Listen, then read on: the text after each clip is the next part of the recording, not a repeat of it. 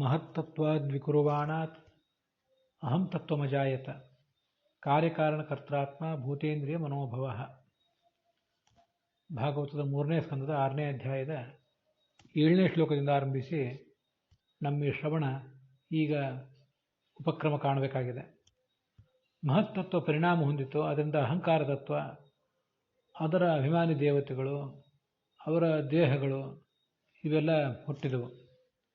ಈ ಅಹಂಕಾರ ತತ್ವವೇ ಮುಂದೆ ಪಂಚಮಹಾಭೂತಗಳು, ಇಂದ್ರಿಯ, ಮನಸ್ಸು ಮತ್ತು ಇಂದ್ರಿಯ ದೇವತೆಗಳು, ಈ ಕಾರ್ಯ ಕಾರಣ ಕರ್ತೃಗಳೆಲ್ಲದಕ್ಕೂ ಕೂಡ ಕಾರಣವಾಗಿದೆ. ಅದರ ವಿವರಣೆ ಮುಂದಿನ ಶ್ಲೋಕದಲ್ಲಿ ಬರ್ತದೆ. ಅಹಂಕಾರ ತತ್ವ ವೈಕಾರಿಕ ಅಹಂಕಾರ, ತೈಜಸ ಅಹಂಕಾರ ಮತ್ತು ತಾಮಸ ಅಹಂಕಾರ ಅಂತ 3 ಬಗೆಯಾಗಿದೆ. ವೈಕಾರಿಕ ಅಹಂಕಾರ ಪರಿಣಾಮ ಹೊಂದಿದಾಗ ಮನಸ್ಸು ಹುಟ್ಟಿತು. ಆ ವೈಕಾರಿಕ ಅಹಂಕಾರದಿಂದಲೇ ಇಂದ್ರಿಯಾಭಿಮಾನಿ ದೇವತೆಗಳು ಹುಟ್ಟಿದರು. ಅವರಿಗೂ ಕೂಡ ವೈಕಾರಿಕರು ಅಂತಲೇ ಹೆಸರಿದೆ. ಇಂದ್ರಿಯಗಳು ತೈಜಸ ಅಹಂಕಾರದಿಂದ ಹುಟ್ಟಿದವು. ಅವು ಜ್ಞಾನೇಂದ್ರಿಯ ಮತ್ತು ಕರ್ಮೇಂದ್ರಿಯ ಎರಡೂ ಕೂಡ ಈ ತೈಜಸ ಅಹಂಕಾರದಿಂದಲೇ ಹುಟ್ಟಿದವು.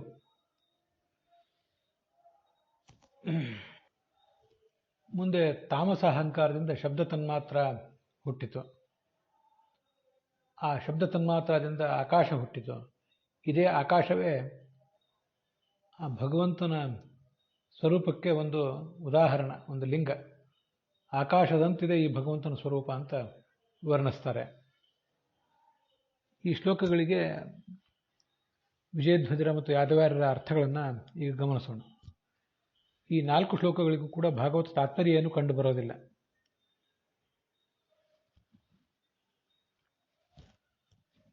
ಈ 7ನೇ ಶ್ಲೋಕದಲ್ಲಿ ಮಹತ್ತತ್ವಾದ್ ವಿಕುರ್ವಾಣಾತ್ ಅಹಂ ತತ್ವಮಜಾಯತ ಅಂತ ಬಂದಿದೆ. ಅಲ್ಲಿ ಜಡವಾದ ಮಹತ್ತತ್ವದಿಂದ ಜಡವಾದ ಅಹಂಕಾರ ತತ್ವ ಹುಟ್ಟಿತು. ಜಡದಿಂದ ಜಡವೇ ಹುಟ್ಟೋದು. ಮತ್ತೆ ಅಭಿಮಾನಿಯಾದ ದೇವತೆ ಏನಿದ್ದಾನೆ ಬ್ರಹ್ಮ, ಅವನಿಂದ ಗರುಡಾದಿಗಳು ಹುಟ್ಟಿದರು ಅಂತ ಚೇತನನಿಂದ ಚೇತನ, ಅಚೇತನನಿಂದ ಅಚೇತನ.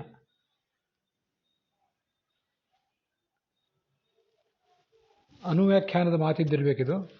ಭೂತಂ ಭೂತಾಭಿಮಾನಿ ಚ ತದ್ದೇಹೋಂತರ್ನಿಯಾಮಕ ಅಂತ ಹೀಗೆ ಹೇಳ್ತಾರೆ. ಒಂದು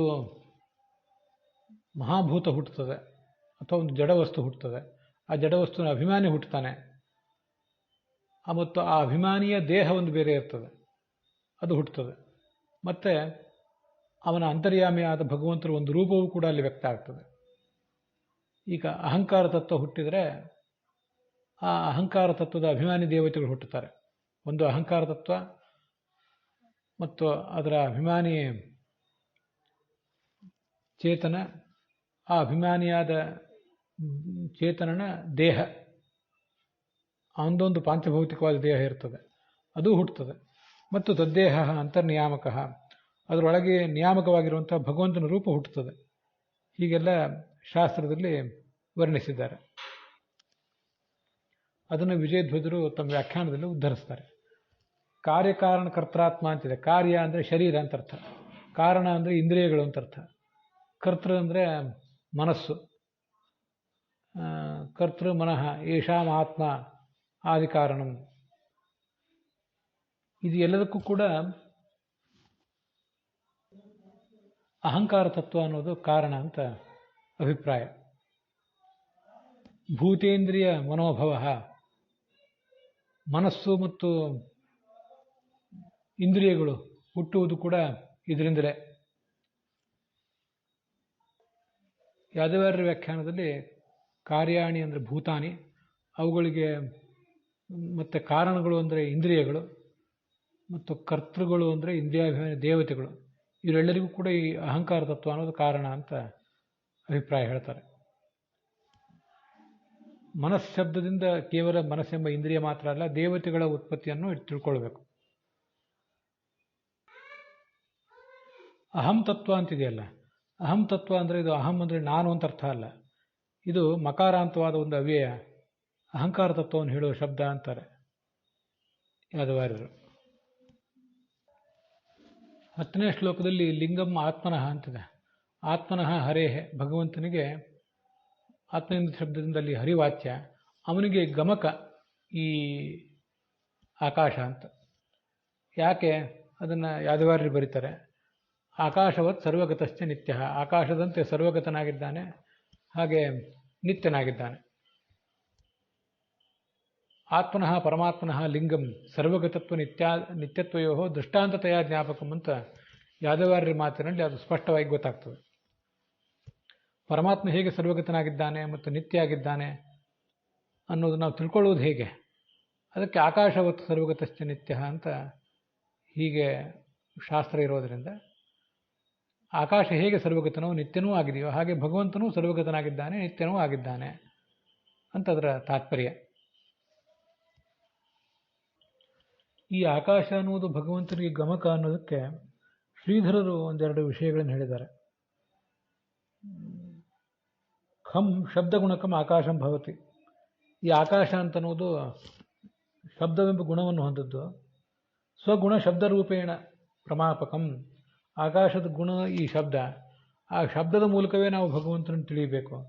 ಆದ್ದರಿಂದ ಶಬ್ದವು ಭಗವಂತನಿಗೆ ವಾಚಕ ಅಂದ ಮೇಲೆ ಆ ಶಬ್ದಕ್ಕೆ ಆಶ್ರಯವಾದ ಆಕಾಶವೇ ಭಗವಂತನಿಗೆ ವಾಚಕ ಅಂತ ಅಭಿಪ್ರಾಯ. ಅಥವಾ ಹೃದಯಾಕಾಶತೆಯಾವ, ಹೃದಯಾಕಾಶದಲ್ಲಿ ಭಗವಂತ ನಮಗೆ ಉಪಲಬ್ಧ ಆಗ್ತಾನೆ. ಆದ್ದರಿಂದ ನಮ್ಮ ಹೃದಯಾವಕಾಶವೇ ಆ ಭಗವಂತನಿಗೆ ಲಿಂಕ್ ಆಯಿತು ಅಂತ ಇನ್ನೊಂದು ಅಭಿಪ್ರಾಯ. ಪರಮಾತ್ಮನ ನೀಲವರ್ಣವನ್ನು ನಾವು ತಿಳ್ಕೊಳ್ಬೇಕಾದ್ರೆ ಅದಕ್ಕೆ ದೃಷ್ಟಾಂತ ಆಕಾಶದ ನೀಲವರ್ಣ ಅಂತ ಇಲ್ಲಿ ಅನುವಾದ ಮಾಡಿದ್ದಾರೆ. ಅದ್ಯಾಕೋ ನನಗೆ ಅಷ್ಟು ಸಮಾಧಾನ ಕೊಡಲಿಲ್ಲ. ಆಕಾಶಗಳು ಎರಡು ಥರ, ಒಂದು ಭೂತಾಕಾಶ, ಅದಕ್ಕೆ ನೀಲವರ್ಣ ಇದೆ, ಆದರೆ ಅದು ದಿವ್ಯ ದೃಷ್ಟಿಗೋಚರ.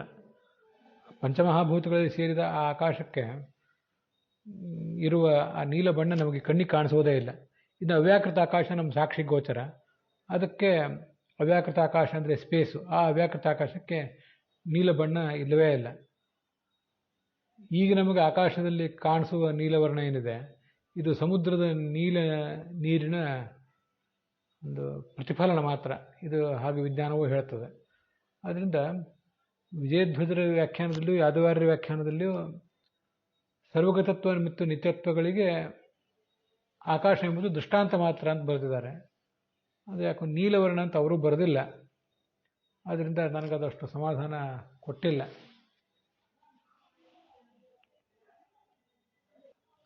ಅದರೊಂದಿಗೆ 3ನೇ ಸ್ಕಂದದ 6ನೇ ಅಧ್ಯಾಯದ 10ನೇ ಶ್ಲೋಕದ ವಿವರದೊಂದಿಗೆ ಇವತ್ತಿನ ಈ ಭಾಗ ಸಮಾಪ್ತ ಆಗಿದೆ.